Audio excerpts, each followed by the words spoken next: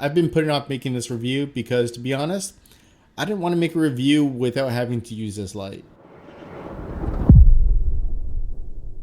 Hi, Kenji here, and today we are going to be reviewing the Neewer SL60. Now, this video light over here is an interesting little video light. It's actually not that big at all, and so when I say little, I mean it's actually pretty little. Now let's go ahead and talk a little bit about some of the specs on this before I jump into whether I think this is a decent light or not. So this light over here, this is a 60 watt video light. The SL60, the 60 part of it stands for 60 watts, and it is an LED. You can tell by this big yellow flat thing right here in the front. That is the LED light. Now, this light over here, it is only 60 watts, and there's a lot of other constant video lights that are out there that are a lot more powerful than this light over here. But at the same time, those lights tend to be a lot more expensive. Now, this light over here on Amazon, it runs for about $95. You can almost always get a discount on these lights. I got this for $80. And compared to the Godox SL60, which they actually happen to have the exact same name, I don't think that's a coincidence. So this light over here is $95 on Amazon right now. And I got this for $80 on Amazon because there's almost always some sort of coupon code. And that reminds me, what I'm going to try to do is update the description inside the video with coupon codes that I find to be active. So hopefully I can save you a little bit of money. So definitely check the description if you are looking to buy one of these, and try to use the link inside the description, because I think the promo code is actually tied to the particular link, and it's not my Amazon affiliate link. This is, I think, for the link that is somehow tied to the promo code. So I don't get any sort of kickback from it at all. This is me just trying to save you a few bucks if you are actually looking to pick up one of these lights. So I will be updating the descriptions with new coupon codes as I happen to see them. And if you happen to know of coupon codes, definitely throw it down in the comments. I'm definitely sure people will find it very, very useful. So let's get back to this light again. This over here is the SL60, and it comes in at $95 currently. Now, the Godox version of this light is also called SL60. Well, it has a W at the end, but it's in the SL60, and the Godox version of it comes in at $153. So that is a lot more expensive. Now, I don't actually have the Godox continuous light. I would love to do a comparison of it, and hey, if Godox wants to send me one, I will definitely do that comparison. But right now, this is a pretty low budget channel, so I had to buy all my own stuff, and this is the light I happened to buy for this channel, and I wanted to finally do a review for it. So let's talk about some of the other specs on this light. This light over here has a CRI of 95 plus. That means that the color accuracy of this particular LED is actually really, really good. It's not just 90 plus, it's actually 95 plus. And the color temperature that they advertise that this light comes in at is 5600 Kelvin. And right now the ring light that I'm actually using right over here on this side is I think rated right around the same. And I always use the ring light over here on this side, and then I normally have a big soft box where I actually use this over here. And I really think that the two color temperatures coming in from both different sides are actually pretty much the same. I haven't really had too much of a problem where I think one side is much more yellow than the other side. Now, let's go ahead and talk a little bit more about some of the other things. This light over here actually comes with a little remote. So this little remote takes over here, it takes a couple batteries inside of it, and the batteries are two AAA batteries. And I definitely like that they're AAA batteries and they're not some weird little watch battery, because I hate having to find those batteries because I never have them in my house. And then whenever they run out, I always have to either go to Home Depot, or I need to, go onto Amazon and order it and then wait a couple days before those batteries come in. So standard batteries inside the Neewer remote. Thank you very much, Neewer. I really appreciate that a lot. Now this remote over here, you basically click the power button and it allows you to turn it on. And then you can basically turn up and down the power over here by just pressing and holding the buttons over here, and it goes up and down over here. So press up and down, just like that. And the minimum power that the remote actually goes down to is 10. And of course, the highest, I'm going to show you right now, goes all the way up to 99. And you can also change the different channels on this in case you happen to have multiple lights over here and you're trying to basically control them individually. You can actually choose different channels for the different lights, and there's 99 different channels you can choose. Also on the back of this light over here is a little knob that allows you to change the power levels on it. The knob feels, it's very clicky, you can kind of hear it. You hear it? So you have these distinct little dents inside there, but and it allows you to change the different power levels. Now the thing that I find like a little bit weird is that the power level over here, or the knob, it can just keep spinning and spinning and spinning, and that is actually a little bit weird that you can basically just spin it constantly in the same direction, and you do get some resistance once you get to one side, but then it can just keep going. It isn't like it actually stops.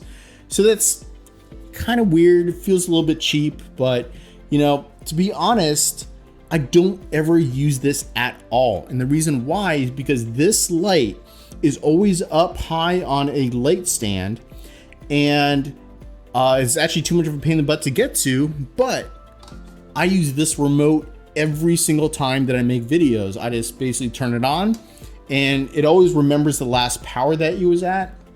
So I don't even have to adjust the power. I just know that when I am making videos that I basically want to have this set at 58. Right now it's at 94, but I just basically set this at 58. And that is the power level that I like to use when I'm making these videos. Now the power input over here, the power input is a normal standard plug over here that normally you use to plug in computers and things like that. So I really like that they use standard cables for almost everything. And that just makes it so that it is much easier to replace the cables in case they get frayed. You don't have to basically go back to Neewer and get some proprietary cable. Now on the base over here, it has a normal tripod collar right over here, or a tripod head input. I don't even know, or a light stand input. And it has a little locking knob, and it feels like beefy plastic. It feels pretty good. It also has a twisty knob over here that allows you to change the different angle of the light as well. So you can basically switch it to whatever angle you want, and then you can just lock it down, just like this. And that's really nice because then that way you don't have to rely on your light stand actually being either low enough if it's facing straight out, or you don't have to worry about having some other arm in order to balance it so like that the light is actually pointing in the right direction. You can actually change it directly on the light itself. The last thing that is on the bottom over here is a small spot for an umbrella. So you can kind of just slip it through, and there's a little knob over here that allows you to tighten down the umbrella, and that makes it so that you can put an umbrella on here in case you don't have like a big soft box or you don't want to go completely bare bulb. Now, this light over here it's not actually that heavy of a light. It only weighs 2.4 pounds. And as I said before, this is a small light, and I do like the fact that it is compact. Because for my little studio, I don't need to have like a huge giant light. I don't need to have a huge heavy light. I can actually put this on a smaller light stand and not really worry about the entire thing toppling over because I have a giant heavy light up there. It also has a little handle on the back that is very ergonomic, and this also fits pretty well inside of a case if you wanted to because of its size. Now let's go ahead and talk a little bit about some of the stuff that I don't think is the best about it, but that's with the caveat. Now, the thing that I'm not the biggest fan of about this is that the Bowens mount over here, the way it releases is you actually have the release notch at the top. Now, if this is up on a light stand, that means that you have to lower the light stand pretty much all the way down so that you can reach this top notch to pull it back to be able to basically twist the modifier off. And that's kind of a little bit annoying. I kind of wish they had it maybe on the side or maybe on the bottom. Is it a complete deal breaker? No, it's not, but it is something that is a little bit annoying. And as I just said, this is a Bowens mount. that is something that I really like a lot, because there's a lot of modifiers that take the Bowens mount, and all of my soft boxes, beauty dishes, and things like that inside my studio, they all take Bowens mounts. So from this point forward, unless I'm really going to make a really huge leap, I'm going to be continuing with using Bowens mount standards for pretty much all my various modifiers. The second thing I wasn't the biggest fan of about this light, and I wasn't really sure how much it would affect me, is the power of this light. Now, this is a 60 watt video light, and it is a continuous light, not a strobe.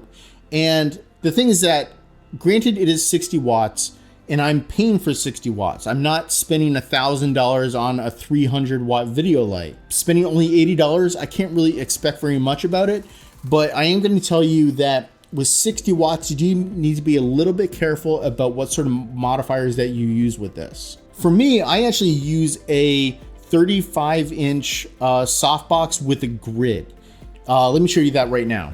So this over here is a 35-inch Mivitar softbox, and it has a grid on it, and this is normally up on the light stand.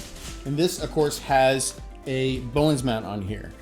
And I'm gonna put that down for a second. So that softbox, I'm gonna go ahead and also have a link for my review of that softbox probably at the end of this video. But that softbox, it has a Bowens mount, and it fits on here perfectly. And it's actually a pretty good size that actually matches the 60 watts for this particular light. Now, I have tried using a 48-inch softbox with this light, and this light was not powerful enough in order to provide enough illumination inside of a 48-inch softbox. But if you're going to be using a 35-inch softbox or 36-inch softbox or lower, I would actually say that this particular light, being at 60 watts, is actually powerful enough. I don't even use this at the full power. I normally use this around 58%, and it provides, you know, plenty of good light for all my videos. And you can actually make a judge for yourself across all my various videos whether you think the lighting from actually this side over here is actually good enough. In my opinion, I think it is. The fact that this is 60 watts, is it really a bad thing? No, because one, I'm paying for 60 watts. I'm not paying for 300 watts. It's just something that I want you to think about when you are thinking about buying a video light. You know, what sort of modifiers are you using, and whether 60 watts can really get you by. And in my case, 60 watts can get me by inside my studio, one, because I have a dark studio, and I also am only using a 35-inch softbox. But don't expect to put this into a 48-inch softbox or a 60-inch like giant umbrella softbox. This light over here is not going to be bright enough for you. Now, the last thing that you probably want to know is whether this light is loud. For me, I don't think I've ever heard this light at all. Now, granted, I'm not using this at full power, so I'm not sure if the fans are fully kicking on or anything like that. But when I'm using this inside my 35-inch softbox, pretty much right up over here, maybe about 4 or 5 feet from me, I don't think the microphones are really picking up the fans on this particular light at all. Now, I am going to caveat that with the fact that I do have a couple vents inside my studio space over here, and I don't actually turn off my full heat vac system whenever I do these videos. So maybe it's the fact that I don't have a completely silent environment, which is why I don't actually notice any fan noise out of here. But for my purposes, I think the audio on this channel is actually getting better, and I don't think that the fan noise from this particular light over here is impacting the videos at all. So if you're actually trying to start up a YouTube studio and you're trying to save a little bit of money and you're trying to get a video light, I think actually this guy over here would actually be a pretty good choice for you. So that kind of leads me into my final thoughts on this. Do I really think that this light over here is worth the money? For $80, or should I say $95 that it's currently going for on Amazon, do I think that this particular light is actually worth it? In my opinion, I think it is. For the $80 that I spent on it, it's a lot cheaper than the Godox SL60. Granted, I haven't done a side-by-side comparison, but for $80 I spent on this, I've actually been very, very happy with this particular light. It works for all my video purposes. from my little YouTube channel, and I think it puts out a very, very soft light once I put it inside of a 35-inch softbox. And if you get this light over here, I think you're actually gonna be very, very happy with it as well. If you have any questions about this light, go ahead and throw them down in the comments below. I would be happy to get back to you with any answers that I can provide. And I'm trying to grow this channel, so please don't forget to like and subscribe. Every subscription helps. So hey, until the next unboxing or next review, take care.